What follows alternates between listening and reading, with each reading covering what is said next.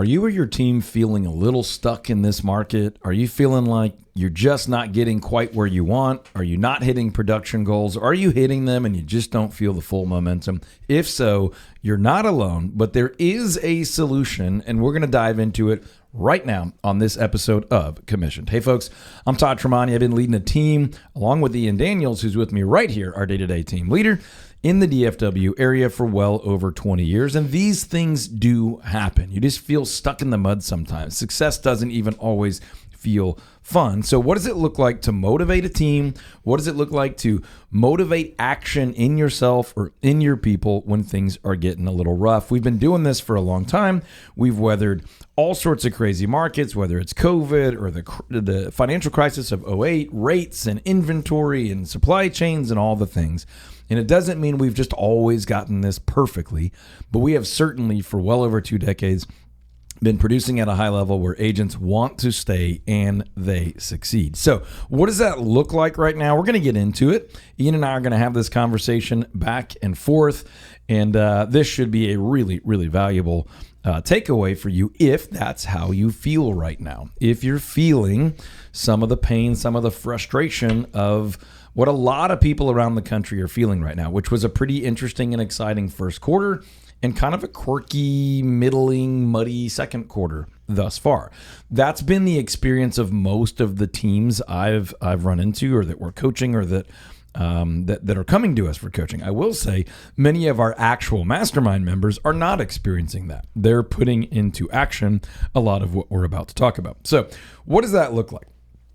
I think the very first thing we can do, and Ian and I have been trying to do with our team for a while here, so jump in whenever, is you've got to just remind people what the heck they want and why they want that, right? So this is not the cheesy start with why conversation, but if you need to get after it, what's going to make you get after it? Why are you willing to do that? So I had a conversation with Mari on our team. She won't mind me saying the story. Last year. That's good, because you did just say your name. I did. It's fine. But I had a conversation with her last year, and we were talking about where we were with goals, where we wanted to be with goals, where she wanted to be with goals. And you said it's not the why question. My question that I asked Mari, and I've asked other people on our team before to answer the same question, is it is a why question, but it's like, why did you choose to do this? Why do you choose to do this every day? Like, what's the reasoning? And it can't just be to make money. It can't just be because I enjoy it, right? It needs to be like a core reasoning, and it can be trips and defense, and it could be other things. But it's like, hey, when you wake up today, what makes you go, okay, I'm going to go give my absolute best today because this. Yeah, and just to clarify, it is a why question. I was just saying it's not the old standard start with why book conversation, right? Right. It is a why question. That is exactly what I'm saying. If your team is stuck, or if you're stuck right now, and stuck doesn't mean dying. Stuck doesn't mean like you're going to quit. It just means you're not feeling like you're getting the ROI on your effort. Stagnant is a word that comes to mind. You're not knocking it out of the park right now. It is a why question. But to your point, you got to get past like what a lot of people will write down, like my why is to take care of my family and kids. Great. Right. That's a good why. You need to do that. But does that why make you get past getting by into like things I dream of, and I'm fired up? I'm going to go do hard, annoying, difficult, challenging, confusing things sometimes because I want this other thing so bad. That's freaking why. That's what I want. I'm going to prove somebody wrong. Not the best motivator long term, but I tell you what, it's worked pretty well for me in the short term before. I don't always recommend it. I'm just saying, if you want it bad enough, you're going to do some stuff that you might not do if you just sort of want enough. The difference in I want it so bad and I just need enough is really freaking big. That's a big difference. And when things are good but not great, a lot of people will just stay in the good for a while. I just led a call this past week, and we did it on leadership, but one of the things that I said at the very beginning was the call was leadership is the easiest thing in the world when everything's going well. Yeah. And when leadership isn't going well, it's the hardest thing. And that's when you find out who your real leaders are, it's when you find out what type of lead you are, your style. And I think this is a similar sort of thing. When your team's doing great, leading and motivating your team, pretty dang easy to keep them motivated when everything's just rolling. You can look really sharp in those markets. And when it's not, you're challenged. Yeah, that's our Wednesday strategy call, by the way, for our mastermind members that are talking about this kind of stuff every week. If ever you want to jump in that group or just get a peek at it or kind of see what that's all about, our contact information is somewhere near this episode.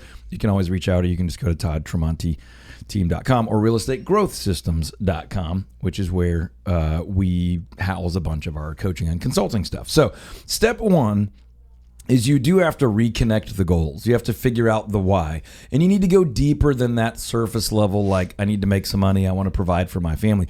What really gets you fired up? If you've listened to the podcast before, you know I occasionally reference this thing that we call your core motivation, which is where you ask yourself that question, why is that important to me? And you dig deep 5, 6, or 7 layers deep. You're kind of peeling the onion to get past the, well, I need to make money. Well, I want to provide. Well, I want to be able to save. Well, I want to be able to put my kids through college. Those are all great things. But when you start getting down to that guttural, like, I would fight for that. I want to provide a better life than my parents provided. Or I want my family to feel safe like I never felt. Like, those things start really, really driving you. But to your point, maybe it's like, I want a boat. That's what I really want. Yeah. Is I want a freaking boat. And so I'm willing to work really, really hard. I'm willing to push through. I'm willing to stay consistent when I don't see results, all that stuff. So first thing, step one, reconnect to your goals. Remind yourself of the why. Try to go a layer deeper than you ever have. Then once you have that, here's the path. And man, does this sound simple. Don't check out on this episode. Stay till the end. Step one, after you've reconnected to your goals and you've kind of, dug a little deeper on that why, is just to repeat proven activities. Yeah. Just do stuff that worked before, right? Sometimes that's not the most fun stuff. To be honest, sometimes that stuff really sucks. But if it's worked over and over again, just go do that. Just get where you need to get. Honestly, after you do it, it doesn't suck as much because you're kind of proud you did it. Man, I did some hard stuff for my family. I did some crazy stuff last summer to get the boat. Man, I pushed through all sorts of call reluctance and a terrible market and bad answer rates, and no one came to my open house. And I did all sorts of social media and nothing worked for 6 months. And then I got a boat. Then I paid it off. Then I sent my kids to college. Then I put my family in a safer place.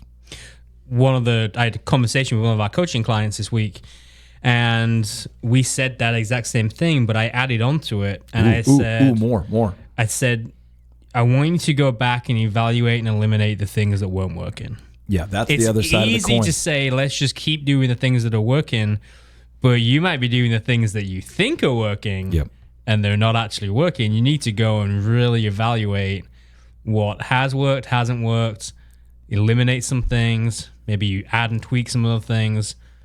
Absolutely do what's working, but you need to evaluate that. Yeah, I love that. Two sides of the same coin.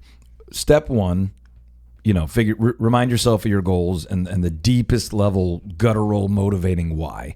Then, clarify what has worked in the past. Not just what worked yesterday, but like what has worked in the past pretty much every time. Like if I just do that, I get buyers, I get sellers, I get better pricing, I get more closings, I get more profit, whatever those are. This episode isn't about all the things. There's tons of episodes about the things. But this is about just go back to what works, whether you like it or not, whether it's fun or not, whether you want to do it or not. That's not even what we're talking about. We're talking about getting through the muddy, murky seasons to get to your goals, okay? The other side of that coin of just do what works, man. Just get over it, lady. Just do what works. You're going to be happy because you're going to get the results. The other side of that is, and it's even better, you're right, stop doing stuff that doesn't work. Yeah. You know how cool it is when you come to the realization, man, I've been doing 30 minutes of MLS research every morning, and I just don't even need to do that. Yeah. I just got 2.5 hours a week back in just a 5-day week. I got 3+ hours if I've been doing it every day. You know what I always do is I always print the sheets, and I do this and I do that. I don't even need to do any of that. I could do one of those things only when it's needed after oh my gosh, I just got a ton of time back. Yep. I've been paying for this service and I don't even need that anymore. I can do it in-house now. Those things take almost no time or energy and you get lots in return. Yeah. The other side of the coin, you do have to actually do the stuff that works, but you only do the stuff that works. Okay, so reconnect with your goals, then repeat proven actions. Do the things that you already know are going to work. The next thing, and really this is kind of a two-parter as well, is just maximize your conversations. In all the history of residential real estate, I promise you, in every single year that residential real estate was a viable career, that licenses were given to real estate agents, in every single one of those years, the people who had the most conversations with other people were the most successful people. Now, that doesn't mean there is an anomaly where someone got lucky or someone did some cool technology thing, but across the board, on average, the most successful people are the people that just had the most conversations with other people. Now, notice, Ian, you've heard me teach this many times, I did not say real estate conversations. Mm-hmm. How often are you in a conversation and real estate just comes up sort of naturally and you don't even have to force it? Call it a third of the time. At least a third of the time, right? And you're in a career, you're in a role in real estate that isn't as in your face, right? I would argue that if you are a real estate agent, buyer specialist, listing agent, real estate broker, I bet you real estate comes up 40 or 45% of the time. Some seasons of the year, half the time. With certain people, it comes up every time. And so all I'm saying is just go talk to tons of people as much as you can. That's something you can do if you're feeling stuck, if you're not seeing the ROI on your energy, if your career, if your pipeline's not quite where you go, just make an effort to talk to more people. Now, for sure, if you make an effort to talk to more people about real estate, that turns up the success rate even higher.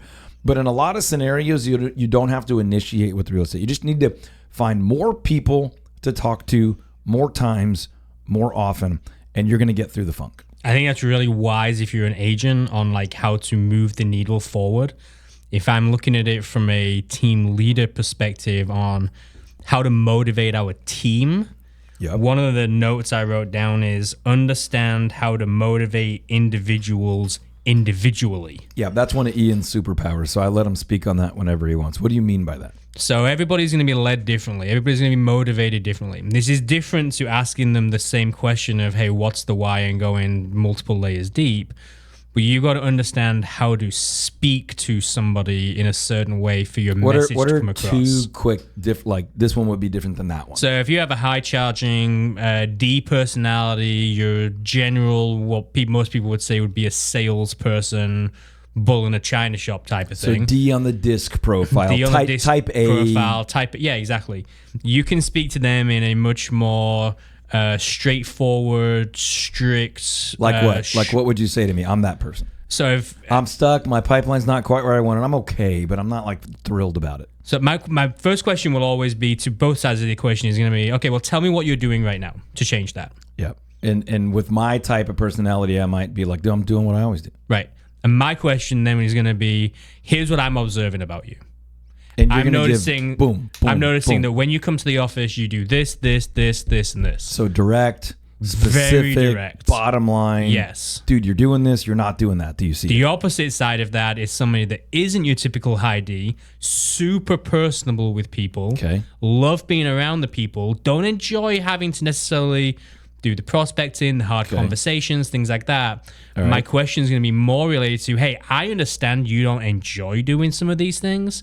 Do you understand, though, how these are the things that are going to move you the needle for you? Yep. Right? I'm going to reflect back on previous conversations where people may have said, yeah, this is what I want to do, and I realize this is how I need to do it.